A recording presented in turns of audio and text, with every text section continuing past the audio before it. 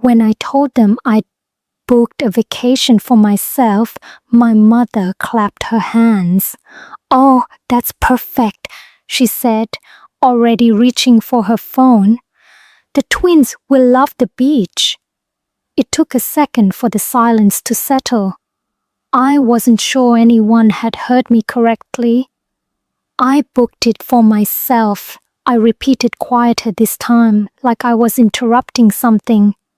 But I wasn't sure what. Lauren, my sister, was already opening her calendar. "The kids are off school that week. It's meant to be," she beamed. Her husband Eric nodded vaguely. "Some couple time would be great for us." Dad raised his eyebrows in what he must have thought was agreement, like this was a team decision. My mother was busy mapping out kid-friendly restaurants nearby. No one asked which beach or which hotel or if I wanted them there. No one asked anything. They just assumed. That had been happening a lot lately. Actually, always. I watched the conversation shift into full planning mode, pool toys, matching outfits, sunscreen brands. Lauren announced she and Eric would take the master suite, of course. "You don't mind the pull-out couch, right, Avery?" My name barely landed. I nodded. Or maybe I didn't. I don't remember. I was too busy watching my mother sketch a week's worth of activities, scavenger hunts, aquarium tours, kids' karaoke night on a napkin. A napkin I had brought from my purse. That night I lay in bed, with my hands folded over my stomach, as still as I could make them. If I moved, the rage might leak out, and rage had never worked in my family. Quiet, compliance, that was safer. I stared at the ceiling until 2:37 a.m., blinking slow and hard. The beach, my vacation, my treat to myself after working double weekends for 3 months, after pulling 16-hour days to land a promotion no one even mentioned at dinner. And now I was the childcare plan. Again. And I wondered if I disappeared, would they even notice, or would they just pass the twins off to someone else like a casserole no one wanted to carry? It wasn't new. This wasn't the first thing Lauren got handed that I had to let go of. Growing up in Raleigh in a pale blue house with matching shutters and a tidy front lawn, you'd think we were just another close-knit American family. Mom coached our Girl Scout troop. Dad barbecued on weekends. We had an American flag out front that never missed a holiday. But inside, the rules were different. Inside, the house revolved around Lauren. Her spelling bee ribbons lined the hallway. Her soccer trophies filled the living room cabinet. Every photo on the mantel was Lauren smiling at something, a piano recital, a science fair, the time she met a state senator. I was in some of those pictures too, usually blurry, usually off to the side. I turned 10 the day before her high school graduation. Our mom forgot to order a cake. She tried to play it off like nothing. "We still have some of Lauren's cake left," she said. And that's what I got, a leftover chocolate sheet cake with "Congratulations, Lauren," already frosted in purple. I remember just staring at it. The L had already smudged. By middle school, I'd learned not to mention achievements. I made honor roll 3 semesters straight. No one said anything. But when Lauren got chosen for the state debate team, they threw her a dinner party at Olive Garden. I helped fold the napkins. One spring, I won a local painting competition. My first ribbon, I remember holding it up to show Dad. He glanced at it and said, "That's nice, honey. Did you hear Lauren might get a scholarship?" Every time I did something worth noticing, Lauren was already doing something bigger, or louder, or shinier. At home, it was the same pattern. She had her own computer, new clothes, private SAT tutoring. I got library books and her old violin, which was too big for me. When I asked for a smaller one, Mom said, "We already spent so much on Lauren's piano lessons. You'll make do." In college, I finally thought maybe I'd get some distance. I got into UNC with half a scholarship, but my parents said they were still paying off Lauren's loans. "You'll have to figure the rest out." They told me sliding the burden across the table like it was a plate I'd asked for. So I did. 2 part-time jobs, barely enough sleep. I was the girl pouring coffee in the morning and shelving books at night, whispering notes into a recorder because I didn't have time to type. Meanwhile, Lauren landed a summer internship at a major HR firm in Boston. The kind of job you only get when your dad knows a guy. She graduated debt-free.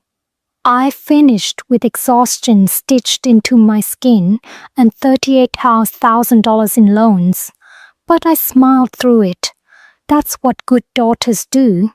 Even when Lauren racked up credit card debt in her mid-20s, I bailed her out once quietly, paid off $3,000 she couldn't tell our parents about.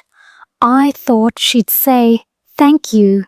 She didn't, not even once. 6 months later, during one of her brunch parties, she laughed and said to someone, "Avery's just jealous. I've got my life together." I laughed too, or maybe I choked on my mimosa. Hard to tell. Lauren got married when I was 28, a vineyard wedding just outside Charlottesville. Soft jazz quartet, floating candles, monogrammed menus. My parents took out another loan. I remember overhearing them in the kitchen. "We'll figure it out later." This is her once-in-a-lifetime day. I was the maid of honor. Of course. Coordinated fittings, wrangled vendors, planned a weekend bachelorette trip to Charleston. Paid for it myself too. I asked Mom once if I could skip the hotel upgrade. She said, "Don't be difficult. Lauren deserves this." So I worked late, caught red eyes between cities, and smiled through every photo. 2 years later, the twins were born. And that's when things went from uneven to unbearable. At first, it was just an afternoon here or there. "Can you watch the boys while we run to Target? Then Eric has a work thing. Can they stay the night?" Then it was weekends, then holidays. Suddenly, I was the on-call aunt. No pay, no notice, no choice. Lauren always had a reason. "They love you so much," or "You're so good with them," or when I try to draw the line, "You don't know what tired is until you've had kids." My parents backed her always. This is what family does. I wanted to ask, what exactly do they think I am? They dropped the twins at my door with half-packed diaper bags and vague pickup times.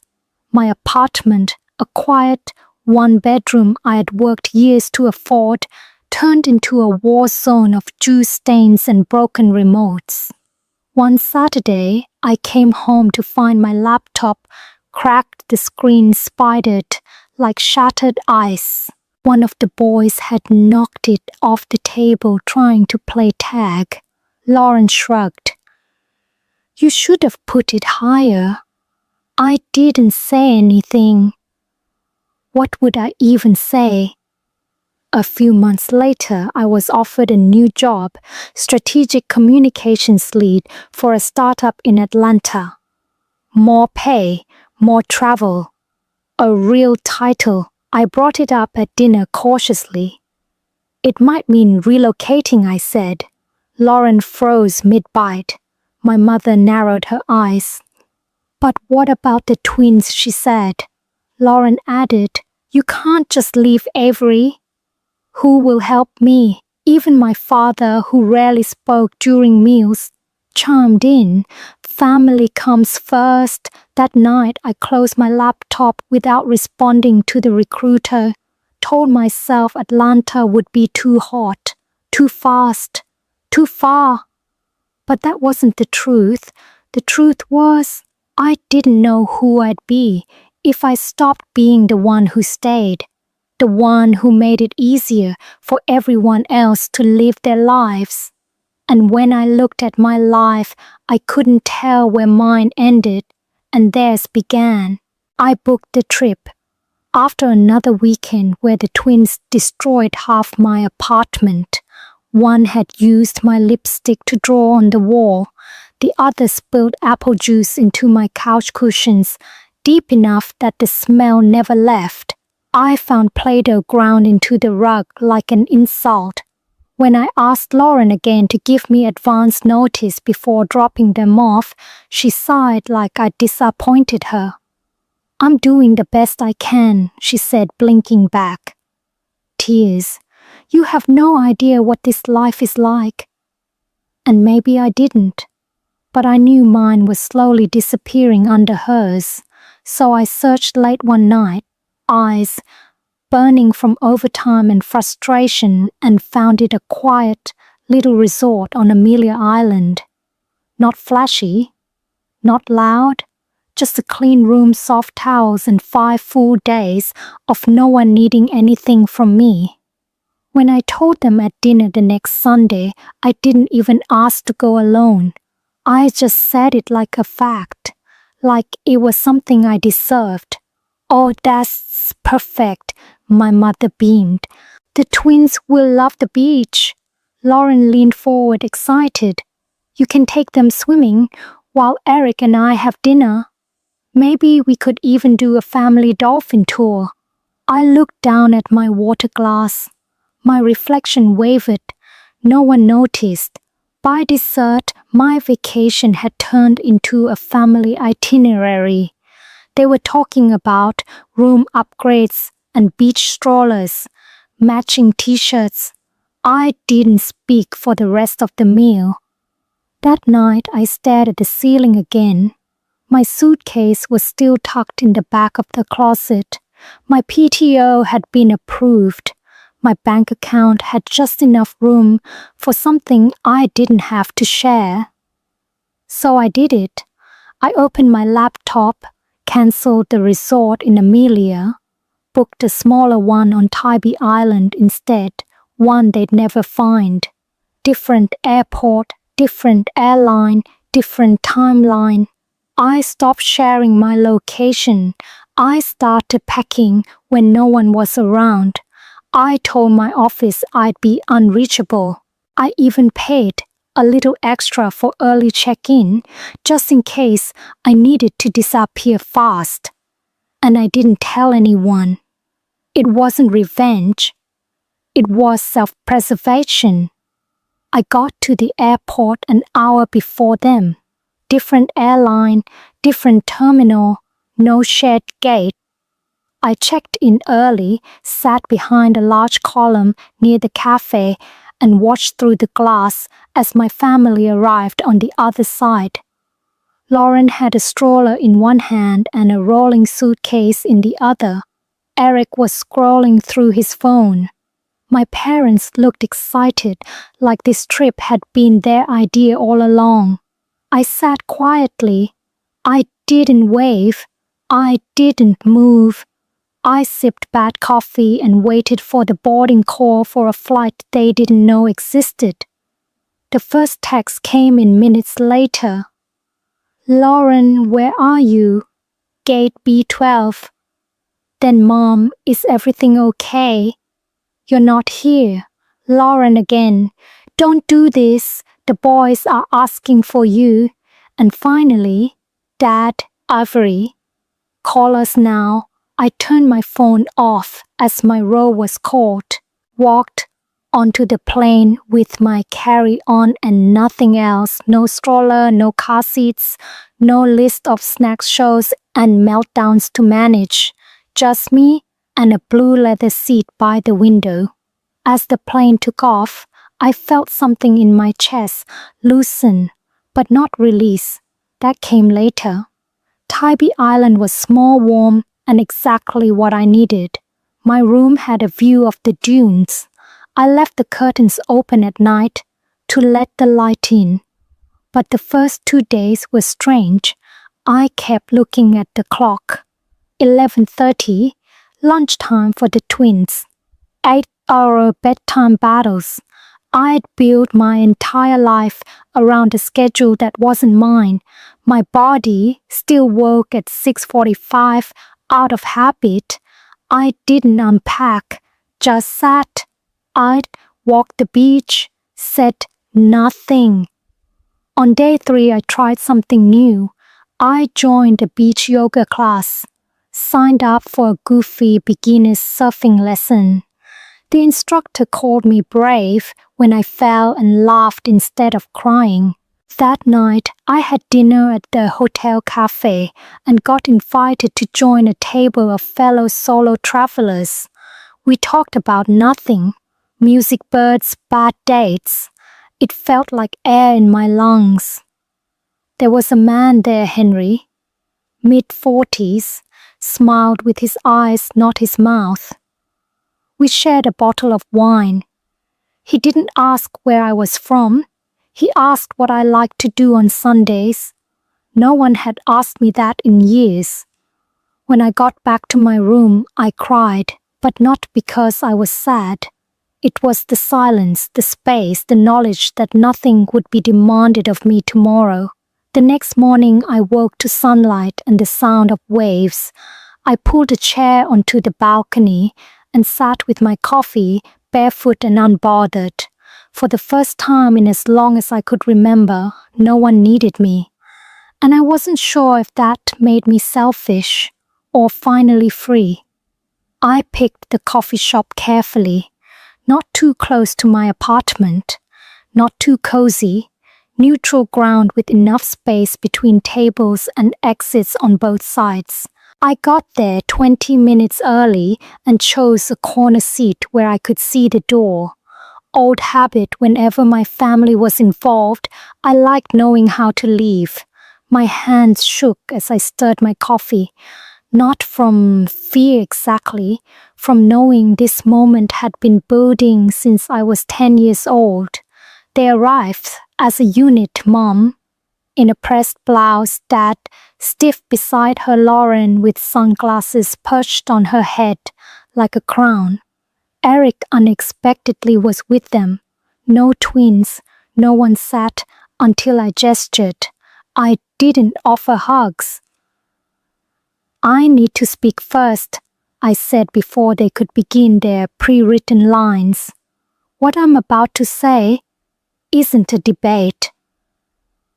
It's not a request. They froze. I've spent 30 years bending, I said, making room, carrying more. But I'm not available for that anymore. I'm setting boundaries. They're not up for negotiation. Mom opened her mouth. I'm not finished. 2 hours of carefully stored hurt started to pour, measured but sharp. I told them about the birthday cake with Lauren's name still on it. The painting contest no one noticed. The jobs I'd passed up, the weekends I'd lost, the Atlanta offer I turned down. I pulled out a printed calendar. Every weekend highlighted. Every holiday marked with babysitting drop-off laundry left. You're their aunt, Mom said like that. Explained everything. No, I said. I've been their unpaid nanny, their therapist, their emotional buffer. And I'm done. Lauren's eyes welled. or being selfish, she whispered. Family means sacrifice. I didn't flinch. It's supposed to go both ways. Tell me, when was the last time any of you sacrificed anything for me? Silence. That's when Jack, the one I expected to say the least, spoke. She's right, he said. We've leaned on you too much. I've leaned on you too much. I knew it wasn't fair. I just didn't know how to stop it. Lauren looked like he'd slapped her. I thought we were helping each other, she said. I thought that's what sisters did. I nodded calmly. I thought that too. But this isn't help. This is expectation without recognition. Dad finally spoke quiet and hesitant. We never meant to make you feel invisible. You didn't mean it, I said. But you did it anyway. When it was over, I stood. They stayed seated. I didn't cry. I didn't hug anyone. I dropped the printed calendar on the table. It fluttered once like a white flag turned upside down. Then I walked out. I didn't go home that night. I had already moved most of my things to a new apartment across the river, smaller, no guest room, a building with a doorman and a front desk I had spoken to in advance. No more surprise drop-offs. No more we were just in the neighborhood. I changed my number, not completely, just enough. My boss had it. A few close friends. The rest could reach me through email, if it was important. It wasn't easy, not because I missed the chaos, but because I had no practice being still. My Saturdays used to be built around juice boxes, nap schedules, and laundry cycles. Now they stretched wide and quiet. I signed up for a pottery class. Nothing fancy, just something to get my hands dirty.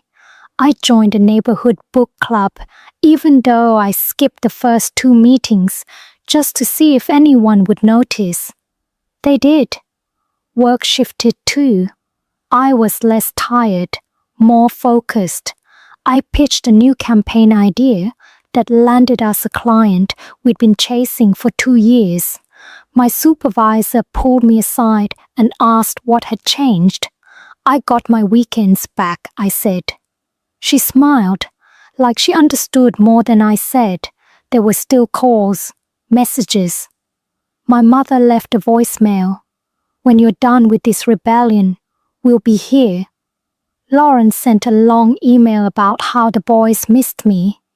Attached were photos, finger paintings, paper crowns, a video of one of them asking, "Where's Aunt Avery?" I watched it once, then closed my laptop. That night I wrote them back, not Lauren the twins.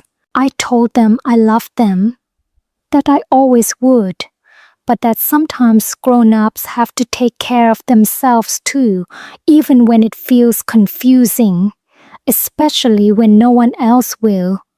I didn't know if they'd hear it, or if she'd read it to them, but I needed to write it anyway.